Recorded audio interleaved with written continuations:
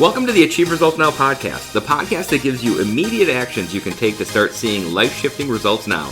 Hey, everybody, welcome to the Achieve Results Now podcast. This is Mark Cardone and Theron Feidt. So I wanted to start this episode speaking as quickly as I possibly could, like micro machine speed, but I don't have the ability to do it. We are talking about quick wins, speed wins today, and really about closing the gap between when we have an idea and when we execute on it. Yes. And this is something that if you're a perfectionist, this is difficult. This is going to be a little painful for you, but it's going to be a podcast that you need to listen to. And being a perfectionist or wanting excellence and all of those things are, I think, certainly are not a bad thing. However, it can give you paralysis because you have the paralysis of analysis. You think too much. That's part of that procrastination, and then you don't get things done. And let's say you had a great idea, then a week later, somebody else has that same idea and they executed on it. You're like, oh, I missed it, and that keeps on happening to you. I know that has happened to me in the past until I really worked on developing this concept. Not that I have it down, but I am way better on it than I used to be. And the other group that I think this is great for, because I was thinking about myself when I saw this, is the group of people who have 1,000 ideas and their idea list ends up a mile long of things that they say, I'm going to get to that eventually. We're also going to talk about how to narrow that, because not every idea needs to be executed on. Believe it or not every idea you have is gold. Really? Some of them are, and the gold ones should get quick execution, but some of them can go into a file folder, and if you ever get bored, you can work on them. We're going to talk about that too. So I'm very excited about this episode because I think it hits a lot of different people. Yeah, that's good. But let's get into action step. Let's get right into it. Action, because we are talking about quick wins. So let's get right into it. Action step number 1. 24-hour micro action. I love this. The goal is to prevent that kind of idea decay. We've talked about idea decay on podcasts before, but it's about kind of that we're excited, we have it, and then we wait and it goes away. So we're really talking about applying that 24-hour rule, right? Committing to taking a tangible action on a new idea within 24 hours of having it. So, we have an idea. Hey, I want to do this for my business. Something has to happen within 24 hours if it's a good idea. Yeah.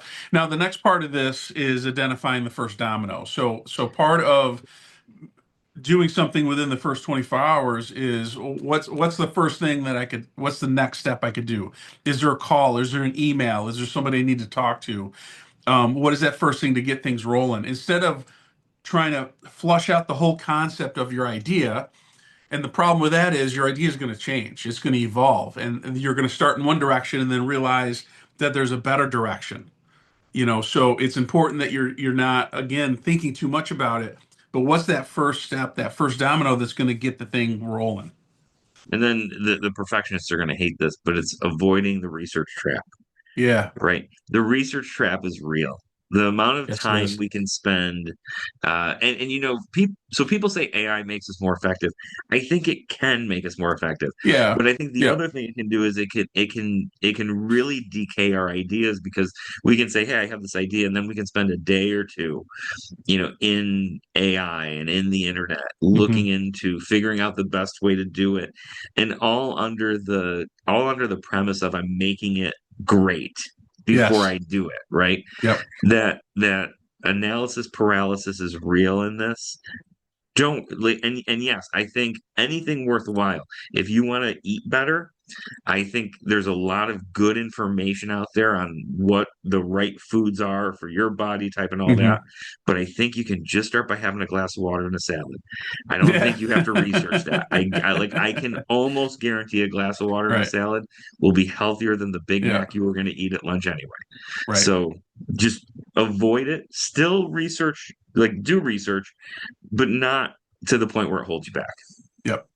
So that's real good. Now, step 2, this is a leverage point that, again, talking about perfectionists, and something that I had a lot of trouble with, is the leverage of doing it badly, the do it badly rule. And now, obviously, there's a little caveats to this, is, certain things with marketing and branding and things like that, Obviously, you have to be careful of that. You don't want to all of a sudden, hey, I got an idea. I'm going to change everything to yellow, and then it doesn't fit into your brand. So that's not what we're talking about. But this is more of those ideas that you have. You want to start a class, you want to do this, whatever it is don't think of version 1.0, think of version zero point 0 or zero point 0.01, so that way you're getting it started, so a start of something that's not great at first, as long as it's not going to have super big consequences, like for instance, if I'm going to do a change at the dojo, I'm going to introduce it to my black belts first. I'm not going to try it out on somebody brand new, Yeah. and so you have to be smart about that, but it is about trying different things.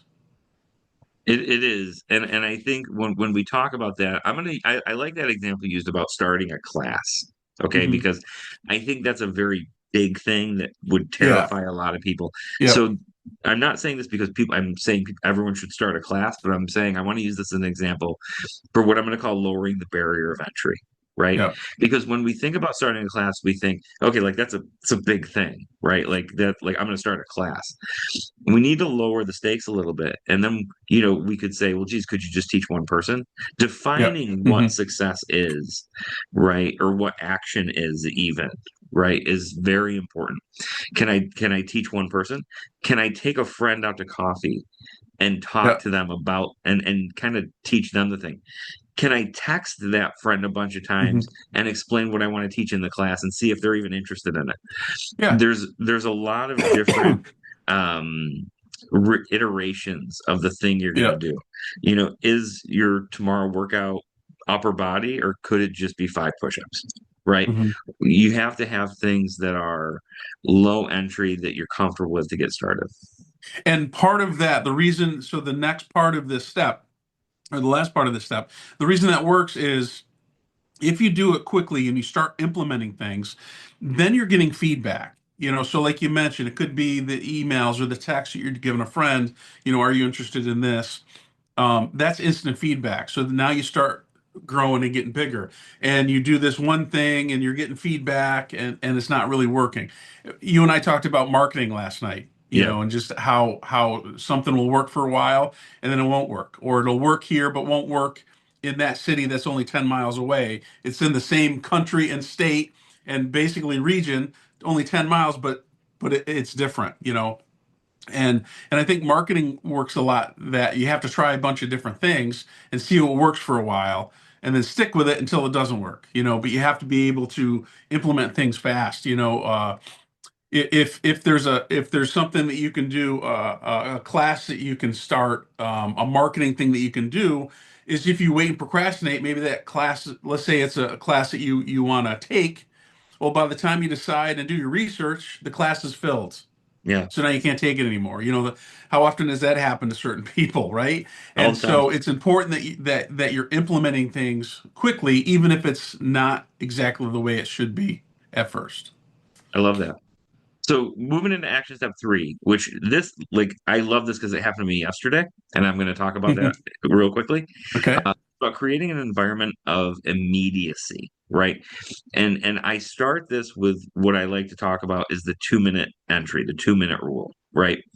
If the setup for the thing that you want to do is going to take you more than 2 minutes, the mental effort it's going to take for you to start doing it becomes exponentially higher. And the story I'm going to tell quickly, I promise. So we're redoing some stuff in our basement, and I have a treadmill down there that I use every morning. And I moved it from one spot of the basement to the other. Okay. Hmm. That treadmill's great because I get on it, I hit 3 buttons, and it starts going. But I moved it. And yesterday morning when I got on, something disconnected in the little Ah, computer, and yeah. it wouldn't start. So Ah, I had to get off, I had to unplug it, I had to restart it. yep. I had to get the TV on it working again. I had to log in. I forgot my password. Of course. This all took about 7 minutes. Yep. And by the end of that 7 minutes, I could feel my brain saying, I can just do it later.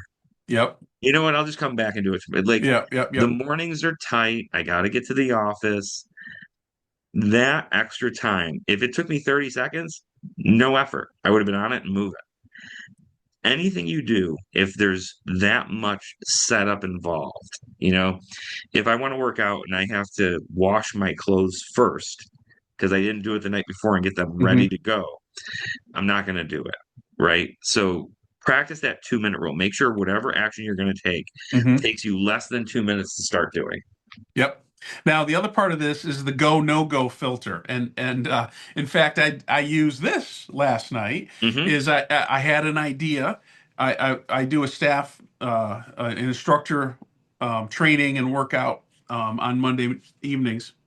And so I usually talk to the three staff, that are paid staff afterwards. And I said, I have an idea for a class I want to try. What do you guys think? And they're like, oh yeah, that's good. And I'm like, all right, well, let's figure out when we want to do it. So not only did I presented the idea, they liked it. We came up with a date, what we're going to do, and by the time I got home last night, one of the instructors already texted me um, some details upon it of what we would need to do to implement it. Like, so Hmm. everything was happening. So we basically have it all set, and it was, from concept to on the calendar, all within the same night. And that's what we want to do. Now, is that always the case? No. But instead of, having a committee, what do you think? Get back to me in a week, all of this, we just got it done. I love that. And that's what the it was a good idea, so let's go and run with it. Let's get it done. Let's Yeah. schedule it. And I love that because like we said with my never ending to do list, not Yeah. all the ideas are gold. Some need to get thrown away, but Yeah. the good ones need to get acted on quickly. And Yep. then, adding into this, I think public accountability is good. I don't think you need to tell the Yeah. whole world in social media No. what you're doing, but I No. think telling people that I like that's why I have a coach because Yeah. I know once a month or every 3 weeks we're going to get on the phone and they're going to say, Yep. "Hey, how are you doing on that thing you said you were going Yeah. to do?" Yeah. And sometimes, because I'm human, I get the reminder email that we have a Hmm. meeting coming up in 2 days, and my brain wants to go, I should reschedule this for a week because I was lazy this week. There's a part of me, right? But and I'm not gonna lie, I've done that before. She's listening.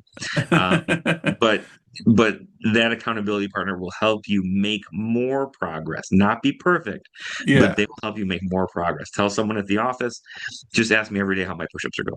Every day, Right. ask me, Yep. right? Yep. And tell them you'll buy them coffee for doing that, or you'll Yep. return the favor. But accountability partners, public accountability is so important. But just to wrap on that, it's like this podcast. You Yeah, and I are committed to recording once a week. Now, it does happen that things come up. It could be weather. Last week my it was camera, right, technicalities. But out of the 52 weeks we have, we take two or three because they're vacation weeks off.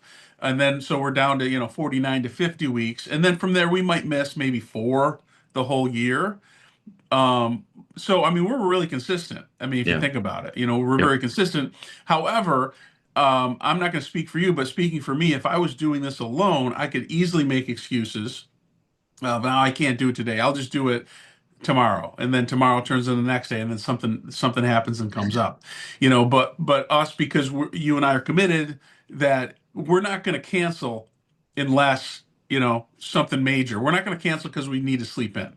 That's right. just not a thing with us, right? I'm It's got to be sleepy.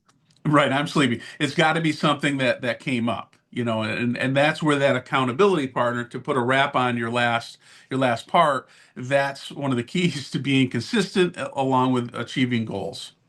And I like that because an accountability partner is going to give you crap when you miss a week. Like Yeah, they're there to make sure you missed a week. right. Right. I I know. And that's the Yeah, worst part. yeah, Um, yeah, all right, so let's go. So let's go back through this about quick wins. I really like this. I think people can yeah, implement this today and get a lot out of it. So number one, put in that 24-hour micro action. So that yeah. 24-hour rule. When I have an idea, what is that first domino I can hit within 24 hours without getting bogged down with research and tip that domino over? Right. And number two is leverage the do it badly rule. And this is where instead of trying to, figure out what should I do and planning and all of that is just start it. Just get it done. Make sure that it's okay. Along with that is make sure the barrier of entry is low, and then change if you need to. But speed is where it's at. Implement it quickly. And speaking of speed, action step 3, create an environment of immediacy. That 2-minute rule saves my life. If it takes you more than 2 minutes to get started, you're not going to do it. Right. Make sure that as ideas come in, you have that go, no go filter. If it's a good idea, go to step 1, put that 24 Right. hours in. If it's a Hmm. no go, you don't have to toss it away, but put it somewhere where you're not going to think about it anymore Right. until you're ready. Right. And then really putting that public accountability in, get somebody who you are going to be accountable to, so that when you have those excuses, you have to at least hear yourself say them to yourself, if not Yeah. hear yourself say them to somebody else. Because when you hear yourself say them, you realize how ridiculous they sound most of the time. Right. And that wraps up this Agreed. episode of the Achieve Results Now podcast. Share this with someone who could get some quick wins, and we'll see you on the next episode. Thanks, everybody. Thanks for listening. Hop over to our website at www.achieveresultsnow.com to get your free copy of our book, Ignite Results, 4 specific daily actions to help you achieve results now. You can find us on Facebook at facebook.com/Achieve Results Now. Thanks for listening, commenting, and subscribing. Now get out there and achieve results now.